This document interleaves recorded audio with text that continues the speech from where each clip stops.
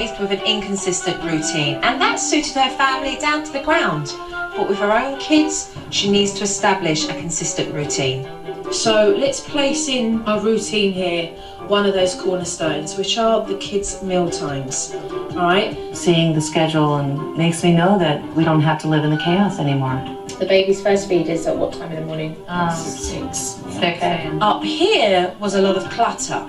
And when they started to place down on paper how they could help themselves, it started to empower them. What's an ideal time for dinner? I say 6. But it's not like a sit-down formal thing. I would for the children. Right. If the children haven't eaten, I would get into the habit of having them at the table. What are your thoughts on that?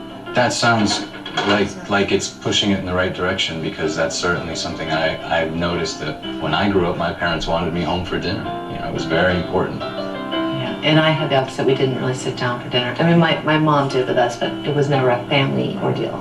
I was raised with a very unstructured type of lifestyle. My father is Brian Wilson of the Beach Boys, and my dad was pretty much absent. Whether he was home or not, he was absent. So, you know, we were craving normalcy. So let's go and stick it up and make it happen. You did really well. Very cool. You did really well. When we made the day schedule, it really became apparent, you know, how we were gonna make our lives sane. Once we'd finished work on the family routine, Wendy's sister Carney came around to rehearse. Oh, hi, Karn.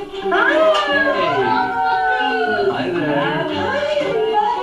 And she brought over her little girl. This is my daughter Lola. Hi, Lola. Oh, look, it's Jojo. Can you say hi, Jojo? Hi, Lola. Pleased to meet you. Wendy and Carney needed time to rehearse, so it gave Dan the opportunity to bite the bullet and give the girls the quiet time that they needed. So plan of action, we've got all these kids, and what we want to do is set up something for the kids to be able to, perhaps in the backyard or in here. When I was prompted to go watch, you know, the children, I definitely felt, you know, this is a situation that I have not been put in before. Oh, I'm alone with y'all. What you in? You guys doing okay? And who's doing Melanie, me or you? Me. Okay. Well, first of all, I've never been in that living room without screaming children running around. It was probably the first time we had any quiet time on there. It was almost awkward. Sure, God. No. Oh, It Lord. modulates, right? Modulates? Yeah. Well, there wasn't really a lot of interaction with our father as a child. Carney and I would try to play piano with him, you know, and he would teach us little things, and that's pretty much our real connection in life. Don't you know things have changed? Things will go your way if you hold on for one more day. You guys are gonna need sunblock, aren't you? What do you got going on? I was expecting a little bit more trouble from the whole lot of them than really ever materialized. One hippo to one kid. It was refreshing to have that moment to myself and to be with my sister and do what I do, because that's a passion of mine and that I've kind of pushed under the rug, and I think I need to embrace that a little bit again.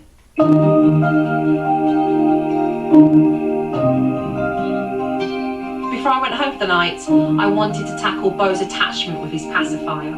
There's no need for him to have a pacifier. He has a blankie, and it's an emotional crutch really for him. This is going to be heartbreaking for me, I have to tell you. When she said that we're going to have to, you know, break the habit of the pacifier, I had no idea what she was going to do.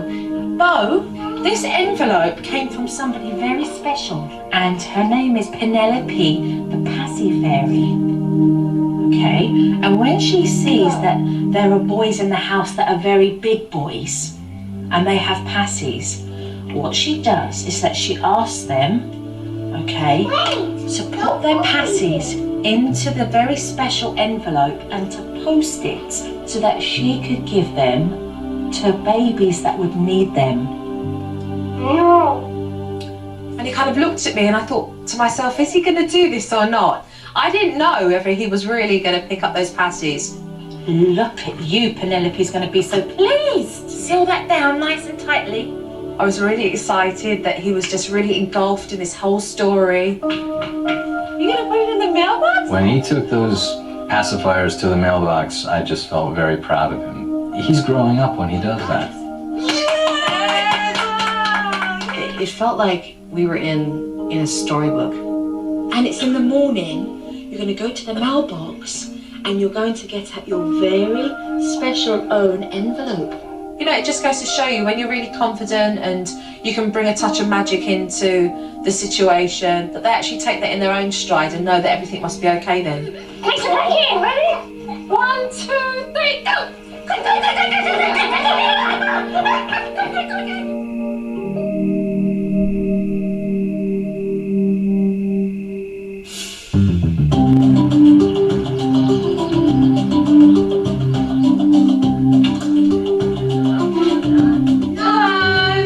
The next day, I was curious to see how Beau had slept without his pacifier, so I asked Mum. How's he not feeling? Yeah! Well, watching the voice, we had a surprise, but then he went to Bo, have you been outside? Bo, Penelope, the fairy's been here. Come have a look. And he went outside, and he saw all the feathers and the glitter. He's like, the fairies. And I see it was in Oh my gosh. And when he opened up the mailbox and saw that parcel, his little face, he was so excited that he'd been left something. Here, I'll help you. Wow! Animal. The fact that Joe was able to get him to part with those pacifiers, I bowed down to Joe. I was pretty surprised that she was able to do it. Coming up on SuperNanny. About his atmosphere. I feel that in the end, I'm going to alienate my kids to some degree. And Wendy opens up about life with her father. I guess I never got the validation I needed. When SuperNanny returns.